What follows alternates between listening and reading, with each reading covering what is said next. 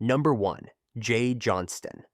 He was the kind of actor and comedian you might not immediately recognize by name, but you almost certainly recognized his face and his voice. Johnston built his career on quirky, offbeat comedy, the kind that made him a staple in cult classics and background roles.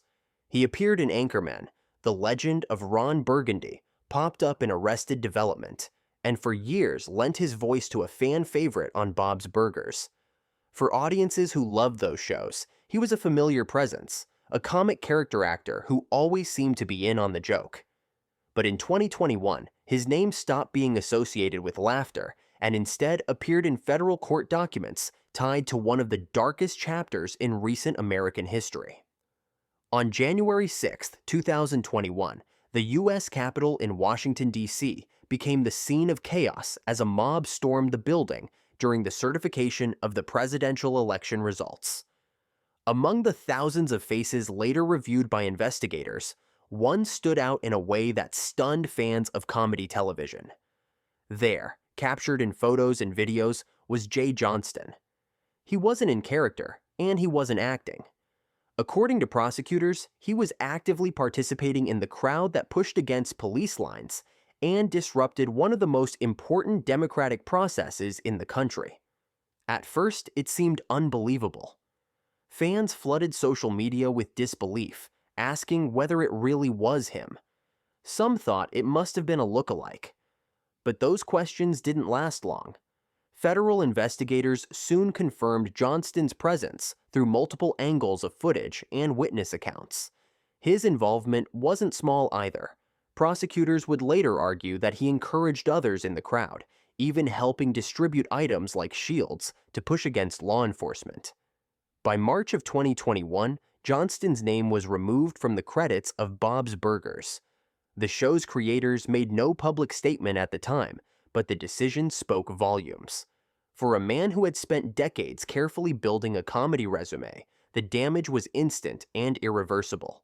Hollywood quickly distanced itself from him, and the roles stopped coming. The investigation into the January 6th events became one of the largest in U.S. history. Thousands of people were identified, charged, and prosecuted. Johnston wasn't spared from the same scrutiny. In 2023, he was officially charged with felony obstruction of an official proceeding, one of the most serious charges stemming from that day. Unlike misdemeanors handed out for trespassing or disorderly conduct, felony obstruction carried the weight of years in prison. The courtroom process brought even more attention to Johnston's case. Here was a recognizable comedian, someone audiences had laughed with for decades, now standing in front of a judge accused of obstructing Congress itself. Prosecutors laid out the evidence, photos, video clips, and eyewitness testimony. They argued that Johnston wasn't just a passive observer. He played an active role in the mob's actions. Johnston's defense tried to soften the picture, suggesting that he got caught up in the moment, swept along by a chaotic crowd. But the evidence was strong enough that in 2023, he entered a guilty plea. The move surprised some who thought he might fight the charges, but by admitting guilt, Johnston likely hoped for a lighter outcome at sentencing. That hope only went so far. In October of 2024, Johnston was sentenced to 12 months and 1 day in federal prison. While that sentence may seem light compared to others on this list, it carried a heavy weight in another way. It marked the permanent end of his career in mainstream comedy. A man once known for quirky humor and offbeat roles would now forever be remembered as the comedian who joined a mob at the Capitol. In the months after sentencing, media outlets across the country covered the story, often focusing on the contrast between Johnston's comedy background and his criminal conviction. Articles pointed out the irony that someone who once brought humor to audiences through absurd comedy sketches was now at the center of one of the most serious political events in recent history. Fans of Bob's Burgers were left stunned that the voice behind such a beloved animated character had been part of the attack. As Johnston began his prison term, the discussion about him became less about comedy and more about accountability. His case symbolized how the January 6th prosecutions, reached every corner of society, from ordinary citizens to recognizable names in Hollywood. Unlike some of his peers who were able to quietly rebuild their lives after minor charges, Johnston's conviction ensured his name would remain tied to the riot in the history books. Today, Jay Johnston's career is effectively over. Even after serving his time, Hollywood shows no sign of welcoming him back. His reputation is beyond repair, and for many fans, the betrayal of trust still lingers. For decades, his career was about creating laughter, but his legacy now rests on a single day in January, one that ended not in applause, but in a prison sentence. And as shocking as that was, Johnston's case is only the beginning. Because the next comedian on our list wasn't just accused of attending a riot. He built a career as one of the most beloved family-friendly figures in America before his courtroom downfall became a defining scandal of an entire era. Number 2. Tommy Chong. For decades, Tommy Chong was more than a comedian. He was a cultural symbol. Alongside Cheech Marin, he created the comedy duo Cheech and Chong, famous for their stoner humor, counterculture sketches, and cult classic films in the 1970s and 1980s. Their movies like Up in Smoke didn't just make people laugh, they defined an era. To many, Tommy Chong was the lovable hippie who turned a laid-back lifestyle into mainstream comedy gold. But in 2003, federal agents would turn that image upside down. At the age of 65, Chong went from a comedy icon to a federal inmate. It began with something called Operation Pipe Dreams.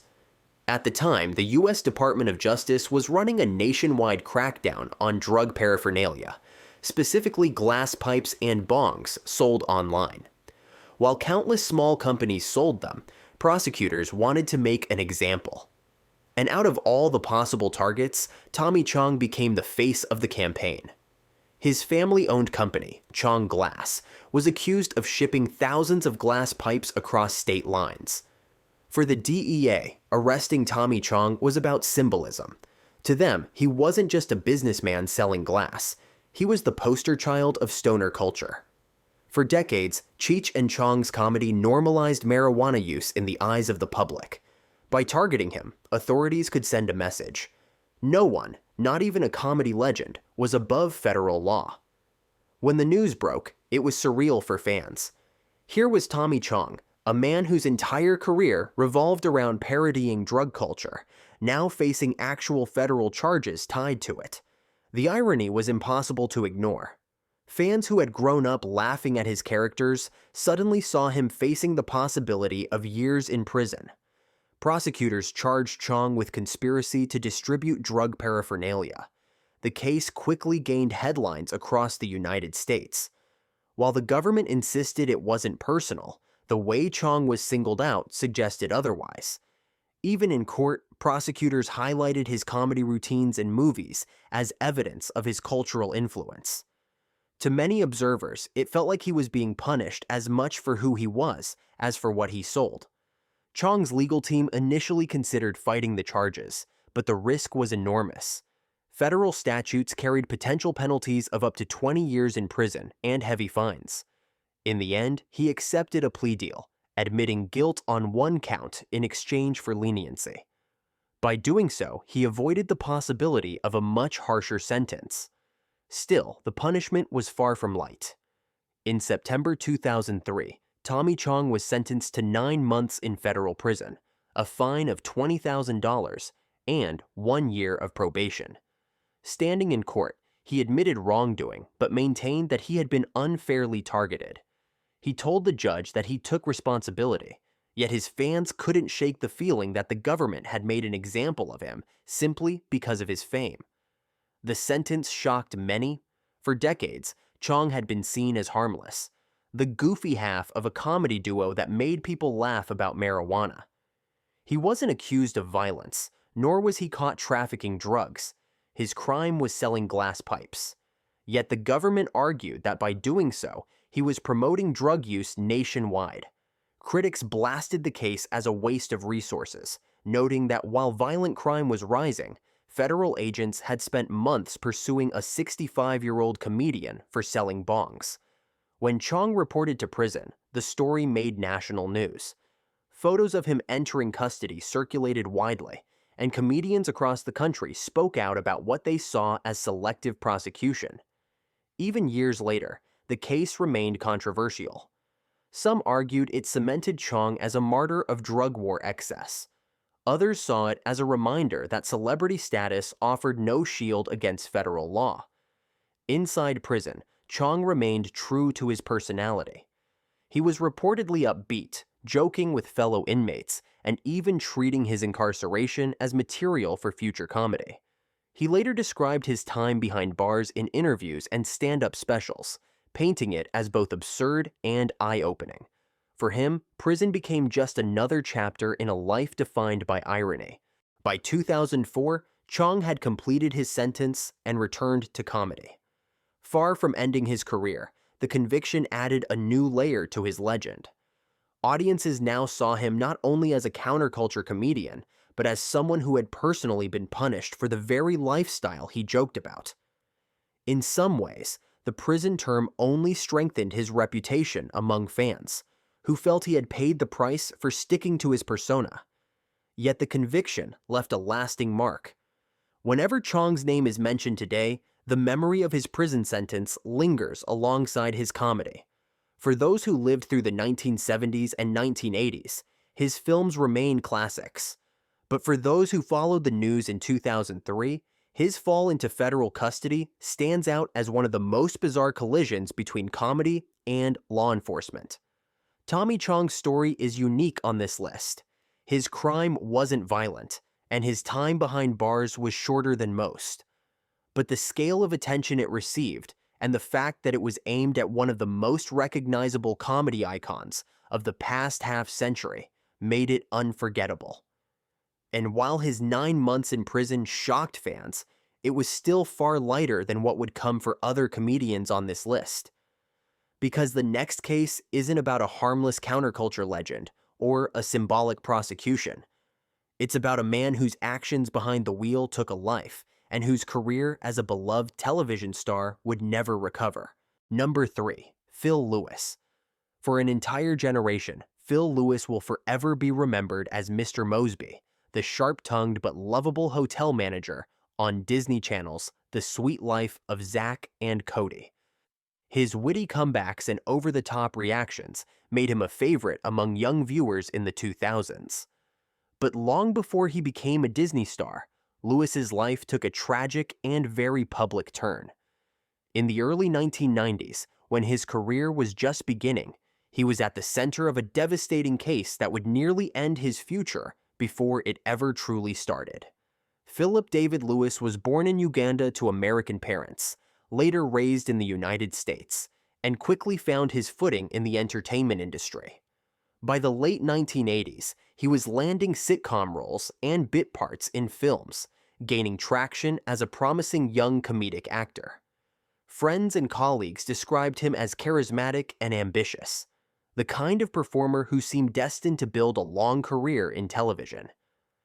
But away from the bright lights of Hollywood, his personal decisions would lead to an irreversible tragedy. On December 28, 1991, in Bethesda, Maryland, Lewis was driving after drinking. The night would end in disaster. His car collided head-on with another vehicle, instantly changing 2 lives forever. The crash killed a 21-year-old woman named Isabel Duarte. She was a recent college graduate with her whole life ahead of her. In a moment, she was gone, and Lewis was facing the consequences of what authorities would later call a deadly act of recklessness.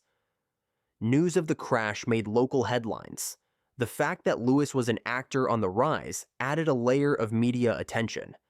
Prosecutors charged him with vehicular manslaughter and driving under the influence. The case was straightforward. Lewis had been behind the wheel, impaired, and a young woman had lost her life. There was no avoiding accountability. The courtroom process was somber. Lewis's defense acknowledged his responsibility and expressed remorse. Reports at the time indicated that he struggled to process the fact that his own actions had taken a life. The Duarte family, meanwhile, faced unimaginable grief, mourning the loss of their daughter while watching the young actor's trial unfold in public. In 1993, Phill Lewis was convicted of vehicular manslaughter and DUI. The judge handed down a sentence of 5 years in prison with 4 years suspended. That meant Lewis would serve just about 1 year in actual custody, followed by probation and community service. In addition to his prison time, he was ordered to perform 350 hours of community service, much of it speaking to teenagers about the dangers of drunk driving. The sentencing sparked debate. Some felt the punishment was too light for a crime that ended a young woman's life. Others believed the combination of incarceration and community service offered a chance for rehabilitation, especially since Lewis was still in his early 20s. Either way, the conviction left an indelible mark on his personal record and threatened to derail his acting career entirely. But unlike many others on this list, Phill Lewis managed a rare outcome, a second chance. After serving his time and completing his service requirements, he gradually returned to the entertainment industry. By the late 1990s and early 2000s, he was back on television, and when Disney cast him in The Sweet Life of Zack and Cody, he became a household name. For many younger viewers, his past was either unknown or long forgotten. For older audiences, however, the memory of his conviction remained a sobering contrast to the cheerful character he played on screen. Over time, Lewis built a reputation not just as an actor, but also as a director of sitcoms, quietly sustaining a long career in television. Yet the tragic night in 1991 remains a permanent chapter of his story. No matter how much success he achieved later, the fact that a young woman's life was lost because of his actions could never be erased. Today, Phill Lewis rarely speaks about the incident publicly. His legacy is split in two. For millions, he is remembered as a Disney comedy star who made them laugh as children. But for those who recall the early 1990s headlines, his name is also tied to a fatal DUI crash that robbed a family of their daughter. The contrast between those two identities, beloved entertainer and convicted offender, makes his case one of the most unsettling on this list. And while his 1 year in prison was shorter than many of the others we'll cover, the crime itself was irreversible. A young woman lost her future, and that weight will always remain attached to his name. But as serious as this case was, the next comedian's story takes us deeper into the world of crime and punishment. Because unlike Lewis, who rebuilt his life after serving his time, the man who comes next was one of the most beloved figures in American television history. And when his conviction finally arrived, it wasn't just his career that collapsed. It was an entire image built over decades that came crashing down in a single courtroom. Number 4. Tim Allen. For millions of families in the 1990s, Tim Allen was the face of wholesome entertainment. He starred as Tim the Tool Man Taylor on Home Improvement, one of the most watched sitcoms of the decade, and later became the voice of Buzz Lightyear in Pixar's Toy Story films. His brand was built on slapstick humor, dad jokes, and a family-friendly image. But long before he became one of Disney's most recognizable stars, Allen's life took a very different path. In the late 1970s, he wasn't a beloved sitcom dad. He was a struggling stand-up comic caught in a world of drugs and desperation. And in 1979, that world caught up with him in a way that nearly ended his career before it began. On October 2nd of that year, Allen was arrested at Kalamazoo Battle Creek International Airport in Michigan. He wasn't stopped for a minor infraction. Federal agents caught him with more than a pound of cocaine hidden in his luggage. It wasn't a small-time possession case. The amount he was carrying was enough to trigger federal trafficking charges, the kind that could lead to a life sentence. For a 25-year-old comic trying to make ends meet, it was the kind of mistake that could have ended everything. The arrest shocked his hometown community, but at the time, Allen was far from a household name. He was still grinding on the comedy club circuit, performing small shows and trying to build momentum. To prosecutors, though, he wasn't just a comedian, he was a trafficker.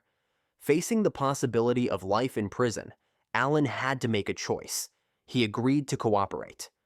According to reports, Allen gave up the names of other dealers and contacts in exchange for a reduced sentence. The move spared him from what could have been decades behind bars. Instead, in 1981, a judge sentenced him to between 3 and 7 years. In the end, Allen served about 2 years in a federal facility in Minnesota before being released on parole. Prison changed him. In later interviews, Allen admitted that his time inside forced him to grow up quickly. He stayed out of trouble, focused on survival, and planned what he would do once he got out. For many inmates, a sentence like that would have ended any dream of an entertainment career. But Allen used the time to sharpen his resolve. When he was released in 1981, Allen returned to stand-up comedy with a new drive. Slowly, he rebuilt his reputation, working his way up from clubs to national stages. By the late 1980s, he was making appearances on talk shows and comedy specials. Then came the big break. Disney signed him to star in Home Improvement, a show that turned him into one of the most bankable stars on television. The irony wasn't lost on those who remembered his past. Here was a man once facing life in prison for trafficking cocaine, now playing a bumbling but lovable TV dad in a show watched by millions of families every week.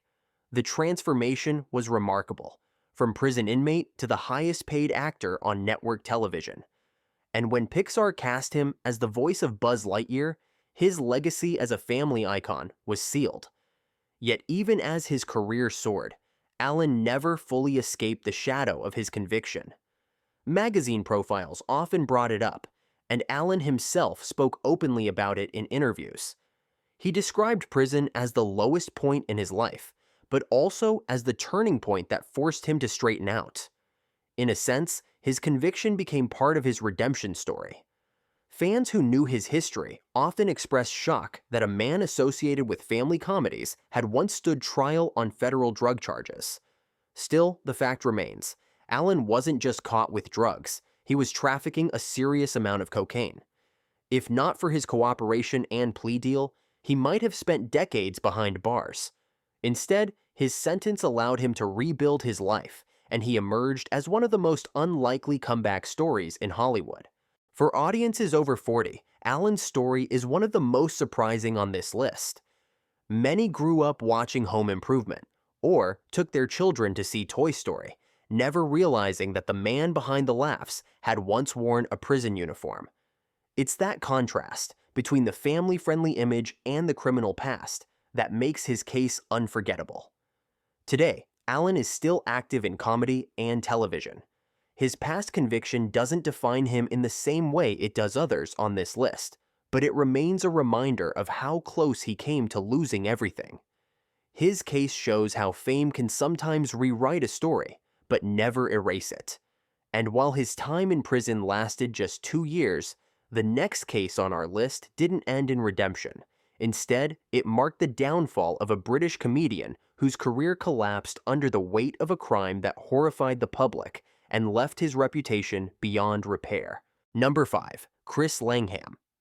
In the world of British comedy, Chris Langham was once a respected figure.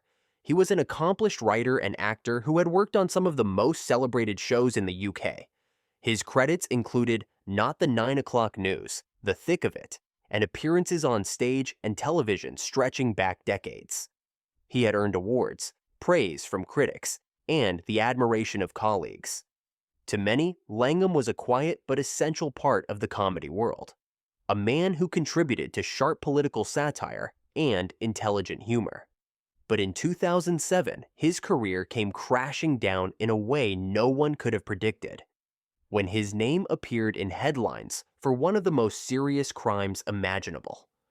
The story began when police in Kent were investigating a wider case involving illegal internet material. In the course of that operation, they traced downloads back to Langham's home computer. Investigators discovered that he had obtained a significant collection of prohibited content, material classified as abusive and exploitative of children. For a man whose entire career had been built on wit and satire, the revelations were horrifying and deeply damaging. When the charges became public, the reaction across Britain was one of shock. Langham wasn't a household name in the same sense as some of his colleagues, but he was highly respected in the comedy and television industry. He had recently won a BAFTA award for his role in The Thick of It, and many expected his career to continue flourishing. Instead, within weeks, he was suspended from his projects, and broadcasters cut ties. The man who once wrote punchlines for some of the most successful comedy shows in Britain was suddenly at the center of a police investigation into the possession of criminal material. The courtroom proceedings in 2007 were tense and closely watched by the press. Langham did not deny that the material had been found on his computer. Instead, he claimed he had downloaded it as part of research for a script he was writing about abuse. The prosecution argued that his explanation was not credible and that the sheer volume of files pointed to something more deliberate. Jurors were faced with deciding whether his explanation could justify his actions. In August 2007, the jury reached its verdict.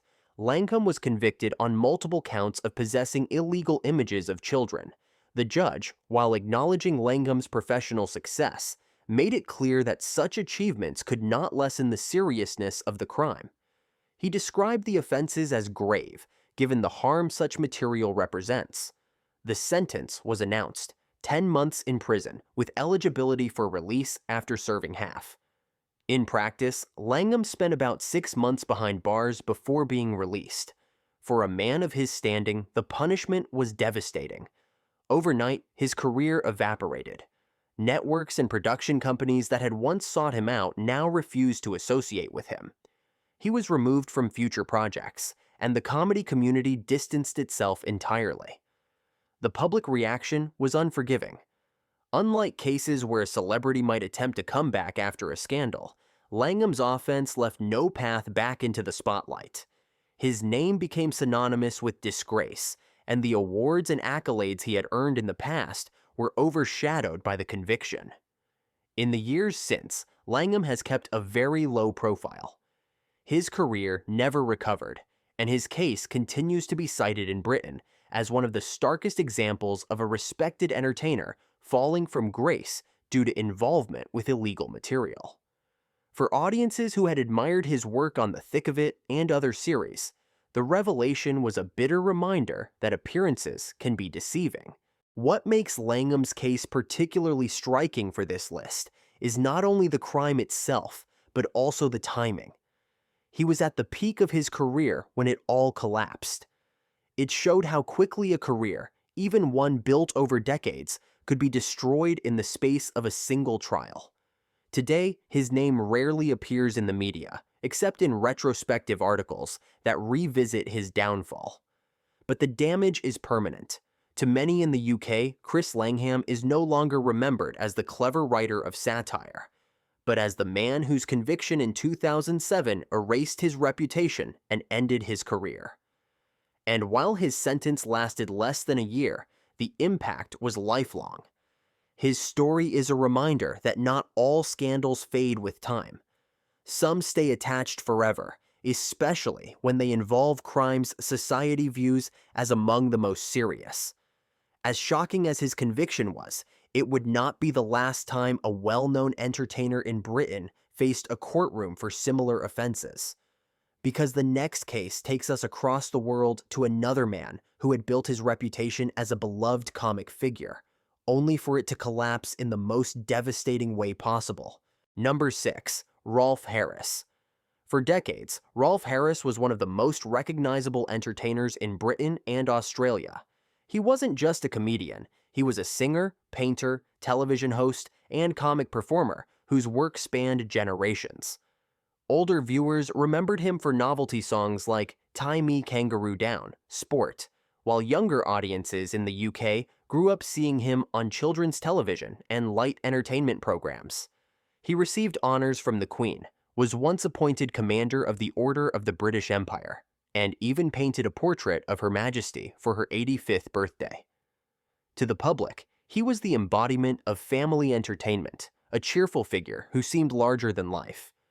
But in 2014, Harris's legacy collapsed when he was convicted of crimes that shocked both nations and destroyed his reputation forever. The case against him began years earlier, when allegations surfaced that Harris had taken advantage of young people during the height of his career. For decades, these accusations were whispered about, but never proven in court. That changed in the wake of the Jimmy Savile scandal in the UK, which prompted widespread investigations into historic abuse by entertainers. Harris, once untouchable, suddenly found himself at the center of a police inquiry. The investigation revealed that Harris had committed acts of sexual assault against multiple victims, some of them underage, spanning several years during his career. Prosecutors brought the charges to trial in 2014, and the public watched with disbelief as the man who had been celebrated as a national treasure stood in the dock accused of serious crimes. The trial itself was front-page news in both Britain and Australia. Reporters described the atmosphere in the courtroom as surreal. Here was a beloved celebrity, knighted and decorated, facing testimony that painted a completely different picture of who he was behind closed doors. Harris denied the allegations, but the accounts from victims were powerful, detailed, and convincing to the jury. In June 2014, Harris was convicted on 12 counts of indecent assault involving 4 victims. The verdict stunned the public. He was sentenced to 5 years and 9 months in prison. The judge, in delivering the sentence, noted that Harris had abused his fame and trusted public image to exploit those around him. The reaction was immediate and unforgiving. In Britain, organizations stripped him of honors and awards. His portrait of the Queen was removed from public display. Television networks pulled reruns of his shows, and music retailers stopped stocking his songs. In Australia, where he had been considered a national icon, the sense of betrayal was even deeper. Newspapers that once praised his contributions now ran front-page stories, calling him disgraced and reviled. For many, what made the case so devastating was the sheer contrast. Harris wasn't a fringe entertainer. He had been central to family programming for decades. Parents trusted him, children adored him, and governments honored him. To learn that behind the image was someone capable of such offenses felt like a collective betrayal. Harris served time in prison in England, though he was released on license after about 3 years. Even after his release, his name was permanently tarnished. He lived quietly with his family, rarely appearing in public. And when he did, it was met with anger rather than nostalgia. He died in May 2023 at the age of 93, still disgraced and shunned by the very audiences that once celebrated him. Today, Harris's case is remembered as one of the most shocking falls from grace in modern entertainment history. He went from receiving honors from the royal family to being stripped of nearly everything. From entertaining millions on television to becoming a symbol of betrayal and abuse of trust. His conviction permanently rewrote his legacy. What makes his story especially powerful on this list is how complete the transformation was. Very few entertainers in history have risen so high and then fallen so low. In the end, the cheerful songs and television appearances became overshadowed by the fact that Harris died remembered not as a beloved entertainer, but as a convicted offender whose crimes destroyed his reputation beyond repair. And while Harris's downfall shocked both Britain and Australia, the next case takes us back to the United States, where a comedian known for opening shows for some of the biggest names in stand-up would commit a crime that left one man dead and landed him in prison for decades. Number 7. Michael Collins Smith. For comedians trying to make it big, opening for household names like Dave Chappelle and Kevin Hart is the kind of opportunity most only dream of. Michael Collins Smith was one of the few who got there. On stage, he styled himself as a country comic, mixing Southern charm with relatable humor. He performed in clubs, gained attention on tours, and for a while, it seemed he was on the cusp of a successful career. But in 2019, that dream ended in a courtroom. Smith wasn't being booked for comedy shows anymore. He was being sentenced to more than 2 decades in prison for taking another man's life. The story began in Overland Park, Kansas, where Smith had also worked outside of comedy. Reports later revealed that he had taken on work as a financial advisor, helping clients manage their money. But in 2018, one of those professional relationships ended in tragedy. Smith got into a dispute with a client named Stephen Haynes. The argument escalated, and in a moment of irreversible violence, Smith pulled a gun and fired. Haynes was struck and later pronounced dead. For someone whose career was built on laughter, the reality of what happened stunned the community. Headlines in local newspapers captured the contradiction. Comedian sentenced to 23 years for shooting.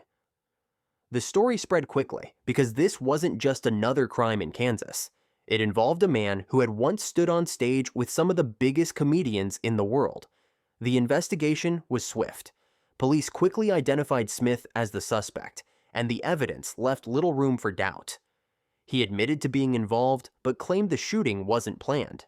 Prosecutors charged him with voluntary manslaughter, arguing that while it wasn't premeditated, it was still a serious and intentional act that had ended a man's life.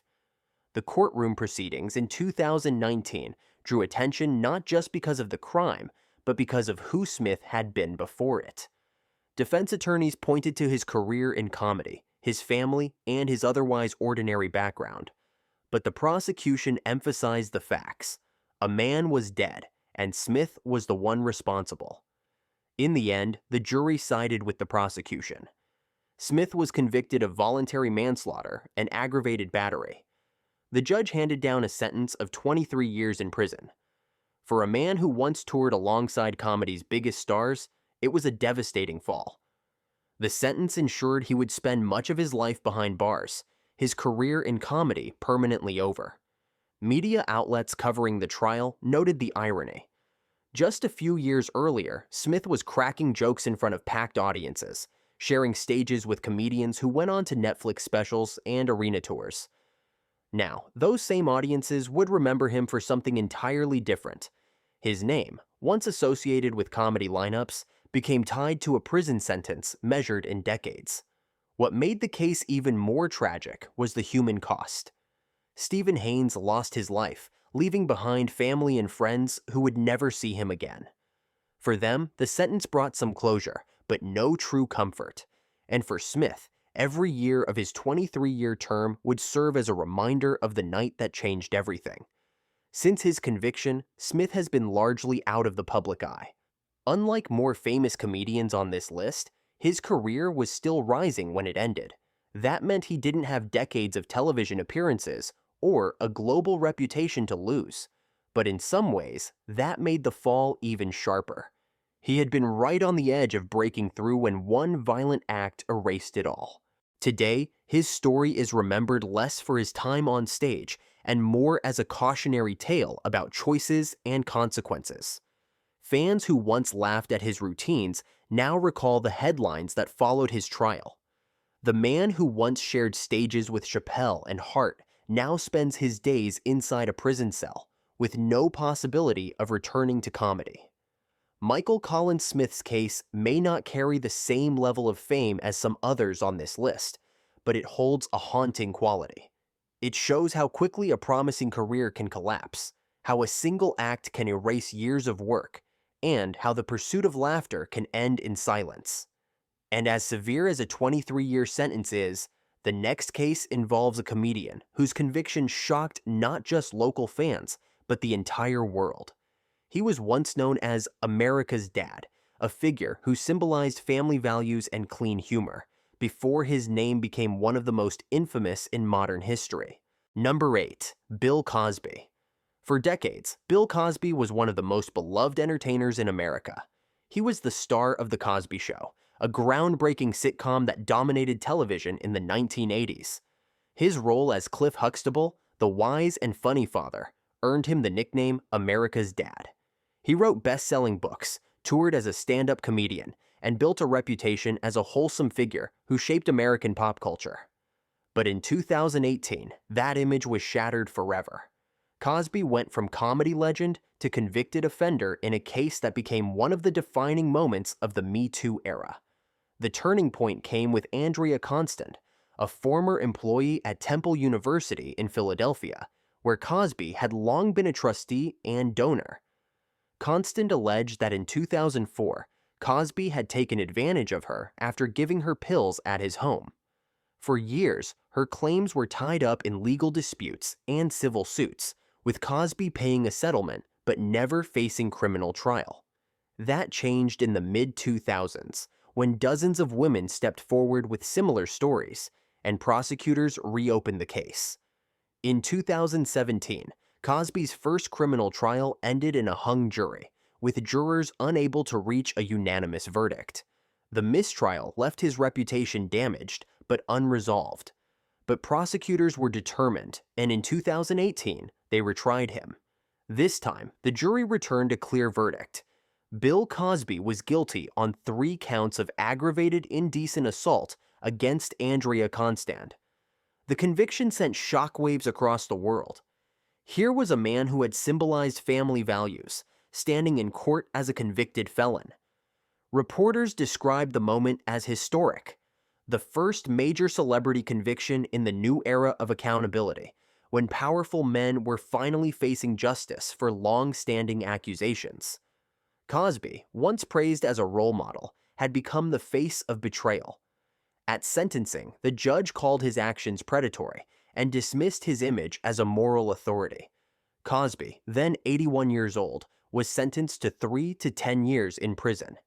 He was immediately taken into custody, trading his trademark sweaters for a prison uniform. For many who grew up watching The Cosby Show, it was surreal to see a man who once played a doctor and father figure now behind bars. The fallout was swift and absolute. Networks pulled reruns of The Cosby Show and other Cosby-related programming. Institutions revoked honorary degrees and awards. His star on the Hollywood Walk of Fame was vandalized. Universities and charities cut ties with his foundations. What had once been a career built on family-friendly humor was now destroyed by a conviction that made global headlines. Cosby served nearly 3 years in a Pennsylvania prison before a stunning twist reversed the conviction. In 2021, the Pennsylvania Supreme Court overturned it, ruling that an earlier non-prosecution agreement should have prevented the charges from being filed in the first place. Cosby was released, but the decision didn't erase the guilty verdict from 2018 or the cultural impact of the trial. To the public, his legacy was already gone. Even after his release, Cosby remained a pariah. Attempts to revive his career were met with outrage. Many organizations continued to distance themselves, and his once celebrated reputation never returned. For countless viewers, his conviction was the moment they could no longer separate the man from the character. Cliff Huxtable may have been America's dad, but Bill Cosby's name now carried a very different meaning. What made this case especially significant was the scale. It wasn't only about one victim or one trial. Cosby's conviction symbolized the beginning of a broader movement, proving that even the most powerful figures in entertainment could be held accountable. It marked a cultural turning point, and while his legal status changed after the appeal, the damage to his name and career was permanent. Today, Cosby lives quietly, far from the spotlight he once commanded. His attempts to make public statements are usually met with criticism, and he no longer holds any of the influence he once did. For someone who once sold out arenas and topped television ratings, it is a dramatic reversal. Bill Cosby's case stands apart on this list not only because of who he was, but because of what he represented. He wasn't just a comedian, he was a cultural institution. And when that institution collapsed in a courtroom, it sent shockwaves across the world. And while Cosby's sentence lasted only 3 years before being overturned, the next case on this list shows what happens when a courtroom delivers a punishment with no end date. Because the man who comes next wasn't a sitcom star or a Hollywood icon. He was a stand-up comic whose crimes were so serious that a judge sentenced him to spend the rest of his life in prison with no chance of parole. Number 9. Danny Masterson. For fans of television in the late 1990s and early 2000s, Danny Masterson was a familiar face. He played Stephen Hyde on That 70s Show, the sarcastic, wisecracking friend with shaggy hair and a rebellious attitude. The sitcom was a cultural touchstone, launching the careers of Ashton Kutcher, Mila Kunis, Topher Grace, and others. While his castmates went on to movie stardom, Masterson carved out a steady career, staying in comedy and building a reputation as the laid-back cool guy. But behind the image, a much darker story was taking shape. One that would not only end his career, but also send him to prison for what could be the rest of his life. In 2017, as the Daughter Me Too movement gathered momentum, women began stepping forward with allegations against powerful men in Hollywood. Among those named was Danny Masterson. Several women, including former acquaintances, accused him of serious misconduct that stretched back to the early 2000s during the peak of his sitcom fame. The claims were alarming and consistent, and prosecutors soon launched a criminal investigation. The case built around two women who said Masterson had taken advantage of them at his Los Angeles home. According to testimony later presented in court, they trusted him as a friend and colleague, only to be betrayed. For years, the accusations were whispered in the industry, but rarely discussed openly. That changed when formal charges were filed in 2020. Masterson was indicted on 3 counts of forcible misconduct, charges that carried potential sentences of decades in prison. The first trial in 2022 ended without a verdict. After weeks of testimony, the jury couldn't reach agreement, and a mistrial was declared. For Masterson, it was a temporary reprieve. For his accusers, it was a painful delay, but prosecutors immediately announced they would retry the case, determined to see it through. In April 2023, the second trial began. This time, the prosecution brought forward a stronger, clearer presentation, and the accusers testified again, recounting what had happened to them. The defense, led by high-profile attorneys, tried to portray the case as unreliable. But the weight of the testimony, combined with corroborating evidence, proved powerful. On May 31, 2023, the jury returned its verdict. Danny Masterson was guilty on 2 counts of forcible misconduct. He was acquitted on 1 count, but the convictions were enough to change his life forever. The sentencing that followed in September 2023 was one of the most dramatic in recent Hollywood history. Standing in a Los Angeles courtroom, Masterson heard the judge impose a penalty of 30 years to life in prison. That meant he would serve a minimum of 3 decades before even becoming eligible for parole. For a man who had once been a familiar sitcom star, it was essentially a life sentence. The news dominated headlines worldwide. Articles described it as a stunning fall from grace, comparing Masterson's fate to other high-profile convictions in the entertainment industry. His That 70s Show co-stars faced scrutiny over their past support, and streaming platforms pulled or limited his projects. For fans of the sitcom, it was jarring. A once-beloved character now permanently tied to one of Hollywood's most serious scandals. What made the case especially impactful was not only the length of the sentence, but also the broader message it sent. Prosecutors made clear that the entertainment industry, once accused of shielding its stars, would no longer protect them from accountability. Masterson's conviction became part of the larger cultural shift, where power and fame could not shield someone from justice.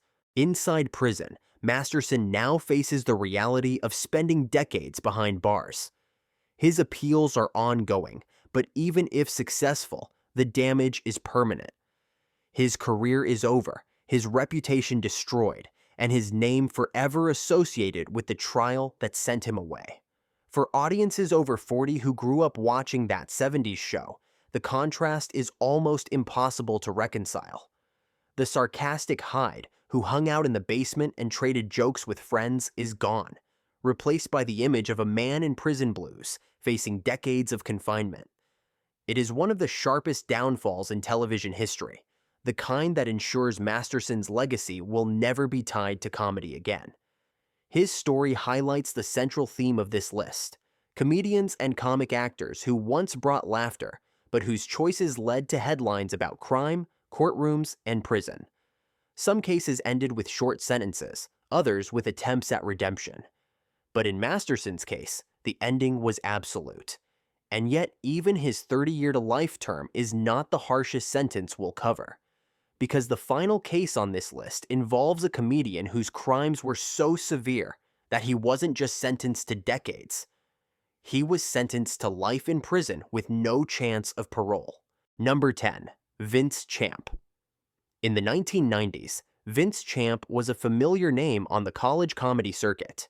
He toured campuses across the United States, performing stand-up routines that mixed observational humor with the kind of jokes that connected easily with student audiences.